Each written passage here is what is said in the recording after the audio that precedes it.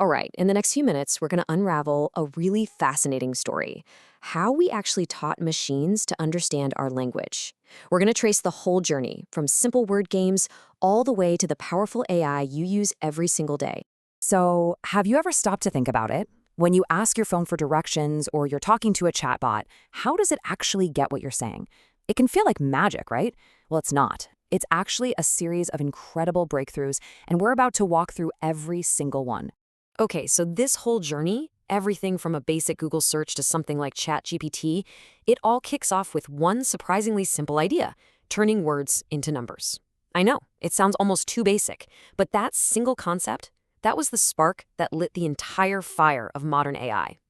So let's see how it all began. Our journey starts with the very first major breakthrough, a model that taught computers to see the invisible connections between words. This was a huge deal. This was the moment machines really started to grasp the underlying structure of our language. This model was called Word2Vec. Now, to really get it, just imagine a massive invisible map where every single word has its own specific coordinate. That's essentially what Word2Vec created. And on this map, words with similar meanings, like dog and puppy, they're neighbors. They're right next to each other. But words like dog and car, they're on completely opposite sides of this universe. And this is where things get really, really cool. I mean, absolutely mind-blowing. All of a sudden, you could do math with words. Check out this famous example. You take the coordinates for king, you subtract the coordinates for man, and then you add the coordinates for woman. And the result? You land right smack next to the word queen. This was unbelievable. It proved the model wasn't just memorizing things, it was actually understanding relationships.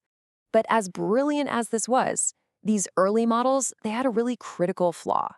They treated language like a dusty old dictionary, where every word was just locked into one single fixed meaning. And as we all know, that's just not how language actually works. Just take the word bank. In these old static models, it had only one numerical ID. It had no way to tell the difference between a riverbank and a money bank. To the machine, they were the exact same thing. And this was a huge problem, because in human language, context is everything. Now, other really clever approaches did pop up. You had glove, which looked at how often words appeared near each other, and fast text, which broke words down into smaller pieces to handle things like typos. They were great innovations, for sure, but they were still trapped inside that same static dictionary. That fundamental problem of being context blind, it was still totally unsolved. And this brings us to the next massive leap forward: the context revolution. This is where machines finally learned that the meaning of a word really just depends on its neighbors. The solution was this idea called contextual embeddings. This meant that a word's numerical address on our map could now change dynamically, on the fly. All of a sudden, the word bank would have one set of coordinates when you're talking about a river and a completely different set when you're talking about money. The word basically became a chameleon, perfectly adapting to its environment. And the star of this whole revolution was a model called BERT. Its key innovation, its superpower, was being bidirectional. See, older models just read a sentence from left to right, like we do. But BERT? No way. It was designed to look at the entire sentence at once, forwards and backwards, to truly get the full context. So how in the world did it learn to do this? Well, through a really ingenious training game. The model would be given a sentence, but with a random word hidden, or masked. Its only job was to figure out that missing word by using the context from both sides. By playing this game millions and millions of times, it was forced to develop this deep, two-way understanding of language. Okay, so with context pretty much figured out, the next great challenge came into view. Could an AI not just understand language, but actually create it? This is what led to the rise of the storytellers. And this shows a key difference in philosophy. You have Bert, the understander, looking in both directions to fill in blanks. That deep two-way context is exactly why it revolutionized things like Google search. It got so much better at understanding what you actually meant. And then you have GPT, the storyteller. It just reads left to right, and its whole goal is to predict the very next word. This simple approach makes it a natural for creative tasks, like writing and conversation. And wow, did the GPT series scale up fast. The pace was just breathtaking.